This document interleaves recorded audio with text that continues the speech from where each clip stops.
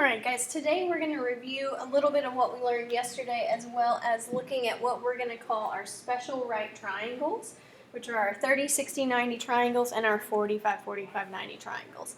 However, before we begin, you've got 3 warm-up questions here that you may want to try using what we learned about the Pythagorean theorem yesterday.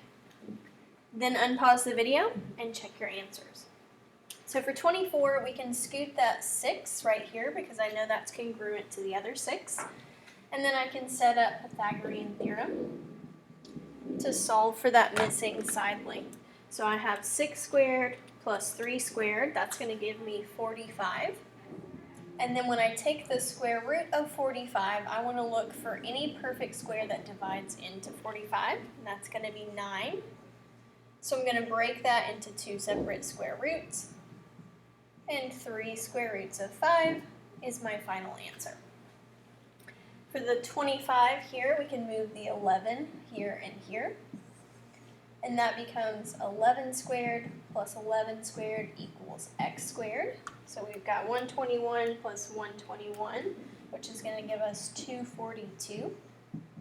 And so when I take my square root to get rid of that squared, I want to look for the greatest perfect square that divides into that.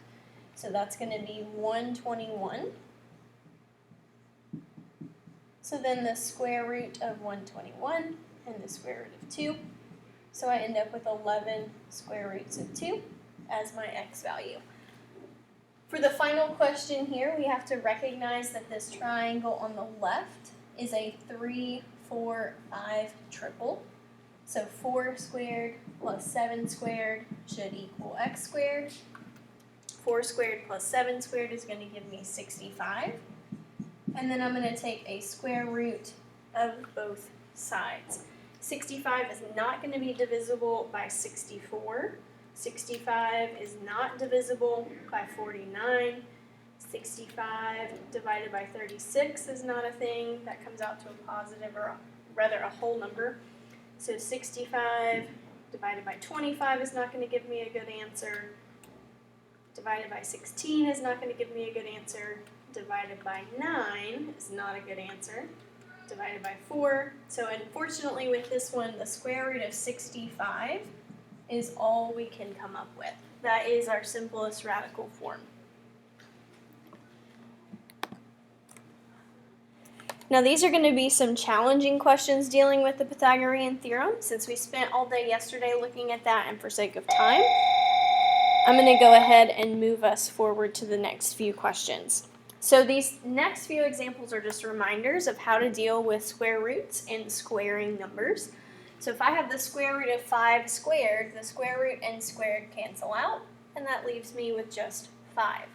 However, when I have something like 3 square roots of 10 squared, I have to make sure that the 3 gets squared and the square root of 10 gets squared, which is going to give me 9 times 10, or 90.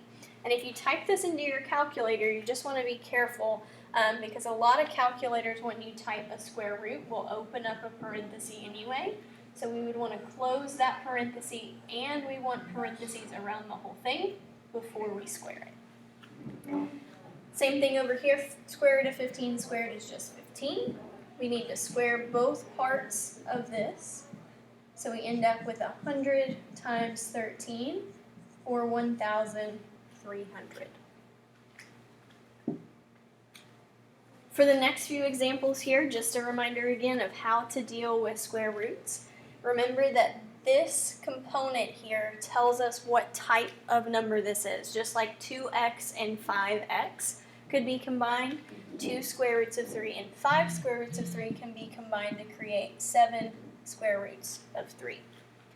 Now, in math, we have a rule that we do not leave square roots in the denominator of fractions. So we have to go through a process called rationalizing the denominator. So with that in mind, to do that, we take whatever square root we have here, and we want to get rid of it.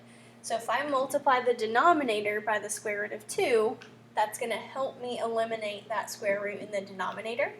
And the reason I can do that is if I do it to the top of the fraction and the bottom, square root of 2 divided by the square root of 2 is 1. So I'm really multiplying by a 1 in disguise. So what that gives me is 8 square roots of 2 in the numerator, and now the square root of 4 in the denominator. But I know the square root of 4 is actually just 2. And then my last step is to divide and get 4 square roots of 2. So notice for the final step, we only divided the whole number by the whole number. We didn't touch that square root, it just moves along with us. Whenever we multiply with square roots, we want to multiply the numbers out front, just like we would a typical coefficient. And we want to multiply the numbers underneath the square root. So we end up with 12 square roots of 45. Then we want to simplify if we can. So 12 times the square root of 9 times 5, breaking that into 2 separate square roots. Then I have 12 times 3 times the square root of 5, or 36 square roots of 5. Again, your calculator can do these for you. You just want to be careful because some calculators will leave your answer in simplest radical form and some will not. So we want to make sure we know how to do this by hand as well. So today, like I said, we're going to look at special right triangles. So those are going to be our 45, 45, 90, and 30, 60, 90 triangles. So if I gave you a picture that looks like this, based on what we learned in the last unit, you should be able to tell me something about these two triangles automatically. And that should be that they are similar by angle-angle similarity. And the same thing is going to be true if I give you something that looks like this and something that looks like this. You should be able to tell me something about these triangles as well. And if I look at that, I've got a 90-degree angle in the middle, and I've got those two surrounding sides that are both representing that this is an isosceles. So if I take 180 and I subtract the 90, I've got 90 left to split evenly so that these are both 45 and 45. So again, these are similar to each other, either by angle-angle, or you could say by side-angle-side. But the reason I'm going to present that here is because the fact that these are similar is what allows us to do what we're about to do. Because we know that these have proportional side lengths, there's going to be a pattern that appears every single time we have a 45, 45, 90 triangle, and a pattern that appears every time we have a 30, 60, 90 triangle. So with that in mind, we're going to have some rules that allow us to kind of take a shortcut a little bit to answer some questions.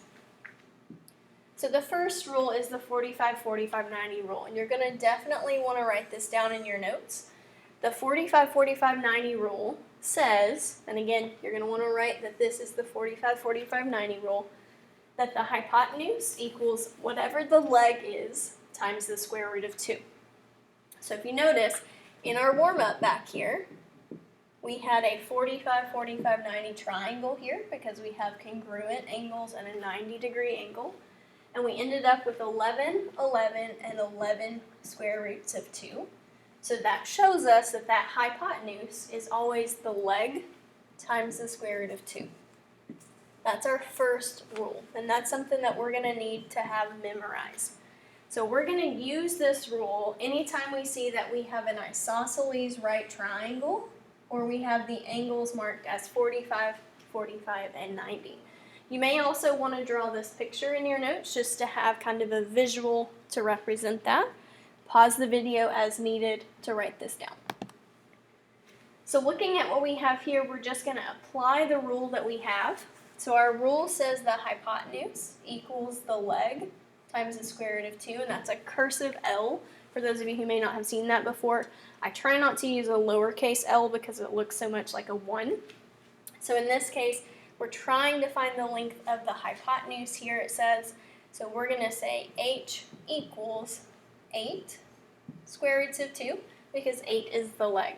And the nice thing is that that's my final answer. I've said what h is equal to, so I'm done. For the picture on the right, same formula. It's a 45, 45, 90 again. I recognize that because these are congruent to each other. So the hypotenuse equals the leg times the square root of 2 means the hypotenuse equals 3 square roots of 2 times the square root of 2. which becomes 3 square roots of 4, which becomes 3 times 2, which is just 6. For the last question, you're looking for the leg, and you're given the hypotenuse. So the hypotenuse equals the leg times the square root of 2. Plugging in what we know, the hypotenuse is 5 square roots of 2. The leg is called x, and we end up with something that looks like this. Now, despite the fact that that looks a little bit ugly, this really means x times the square root of 2. So to get rid of multiplication, we divide, and we find out that x is 5. So for all three of these examples, we've used our 45, 45, 90 rule to figure out that final value. However, you may recognize here that we absolutely could have used Pythagorean theorem to solve. But where you want to be careful is you want to make sure that you square that 5 square roots of 2 correctly, and you combine those x squareds to be 2x squareds instead of x to the 4th or anything like that. So just be careful with that. The 45, 45, 90 rule can save you a little bit of time. A couple of other examples here. Find the leg of a 45, 45, 90 if we know the hypotenuse is 6. So it's always a good idea to give yourself a picture. We're looking for the length of that leg. So using our formula, hypotenuse equals the leg times the square root of 2. 6 should equal x times the square root of 2. Since they're being multiplied, we're going to divide. But remember, we cannot leave a square root in the denominator, so that's why we talked about rationalizing that denominator. So to do that, we're going to multiply both the numerator and the denominator by the square root of 2. Again, the reason we can do that just on one side is that we're multiplying by a 1 in disguise, because anything divided by itself is 1. So we end up with 6 square roots of 2 over the square root of 4, which is 2. And then we divide to get 3 square roots of 2 for our x value. Now you may start to notice that there is a pattern that happens here every time that the hypotenuse is an even whole number. If you would like to memorize that pattern, you're welcome to. However, for me, I prefer to try not to memorize if I can avoid that. So I'm always going to go through this process of setting up the hypotenuse equals the leg times the square root of 2 and solving. I would recommend that you try this one on your own and then unpause the video to check your answer. So in this case, we have 10 equals x square roots of 2. Divide on both sides since we're multiplying. Then rationalize that denominator by multiplying by a 1 in disguise. So then we end up with 10 square roots of 2 over the square root of 4, which is really 2. And then we divide our whole numbers. 5 square roots of 2 is our final answer. Our next set of rules deals with our 30, 60, 90 triangle. So you have 2 rules this time that you will need to memorize for this one. So the 30, 60, 90 rule says the hypotenuse is always twice the shorter leg, and the longer leg is the shorter times the square root of 3. Now at the end of the video, I'm going to have another video that explains where these are coming from so that if you forget them on the test, you can recreate these formulas based on what you already know. But for now, we're just going to use these rules to get through our notes. So pause the video if you need it, jot down the picture and the formulas, and then we'll move forward. So looking at these pieces, you may have noticed in your formulas you have shorter leg and longer leg. The shorter leg will always be across from the smaller angle. So across from 30, this is your shorter leg. Across from the 60 will always be your longer leg. And across from the 90, like we already know, is your hypotenuse. Now, if you're looking for both x and y, you may want to look at both of your formulas and see what information that you know. So looking back, our hypotenuse is supposed to be twice the shorter. And I'm going to abbreviate that here, but that is the shorter leg. And your longer leg is supposed to be the shorter times the square root of 3. So plugging in what you know, you currently know the longer leg. So I'm going to sub that into my formula. 9 equals, my shorter leg is called x, and I'm going to solve for x. So, since these are being multiplied, we're going to divide. That's going to give me 9 over the square root of 3. And at this point, we have to rationalize that denominator by multiplying by a 1 in disguise. So I have 9 square roots of 3 over the square root of 9, which is 3. And then we divide our whole numbers to get 3 square roots of 3 as our x value. So far we've answered half the question because we've already figured out what x is. So I'm going to bring that information back up here. That's 3 square roots of 3. And then coming back to my other formula, my hypotenuse is called y. My shorter leg I just found to be 3 square roots of 3. And then all I need to do is multiply these whole numbers to find that y is 6 square roots of 3. And then I've got the two components that I need, both x and y. So we're finished with this question. For the next few questions here, we're also going to be dealing with 30, 60, 90 triangles. We'll talk about why number 6 has that component even without the angles labeled. But we always want to start these questions by labeling where is our shorter leg, where is our longer leg, and where is our hypotenuse. So remember when we're referring to legs, those are the two sides surrounding that 90-degree angle. We currently have the shorter and we're looking for the longer. So if I look at my two formulas, the hypotenuse is twice the shorter, and the longer is the shorter times the square root of 3. So I currently know the shorter leg, and I'm looking for the longer, so I need that second formula. X equals the square root of 3 times the square root of 3. That becomes the square root of 9, which is 3. Like I said, number 6 is a 30, 60, 90 in disguise. The reason I know that is because this side is 4 if I add those together. So this is actually an equilateral triangle, which means all of those corner pockets are 60 degrees. So if I look at what info I have, I know this is 60 and 60, and that top angle is being bisected to create my 30s. So I'm going to spin my focus looking right here at this triangle, either on the right or on the left, where I have 60, 30, and 90 so that I can use my formulas. And I'm looking for h. Since h is across from 60, that's the longer leg. Across from 30 is the shorter, and I'm given the hypotenuse. But because my goal is to figure out this longer leg, I want to use the formula that talks about the longer leg. So I'm going to say h should equal 2 times the square root of 3. That is currently in simplest radical form. So despite the fact that it's not a pretty answer, it is our final answer.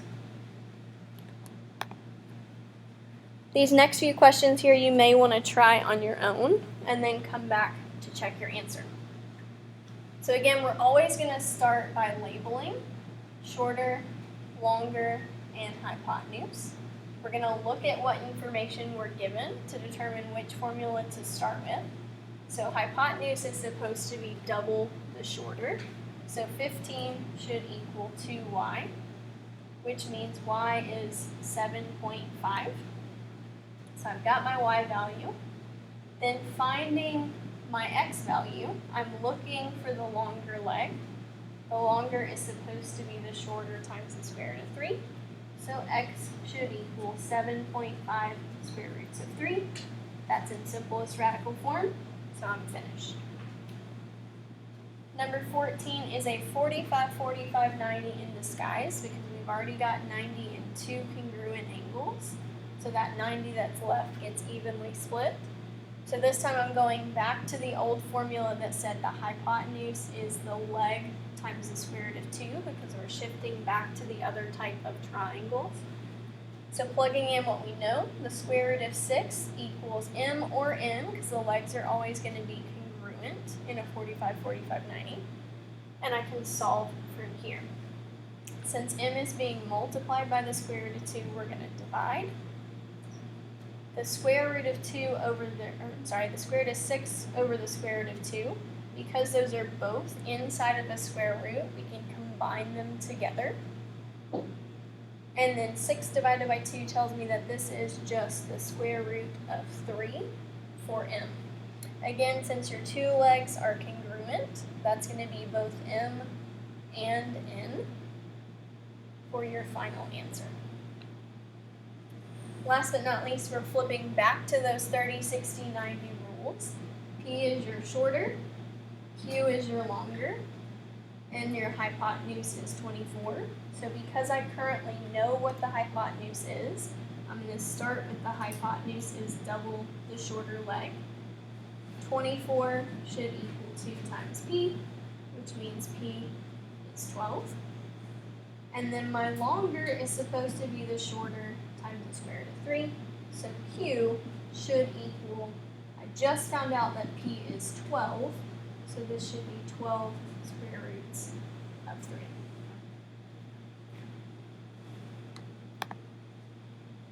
There's a couple of other examples here that are going to be a little bit more difficult.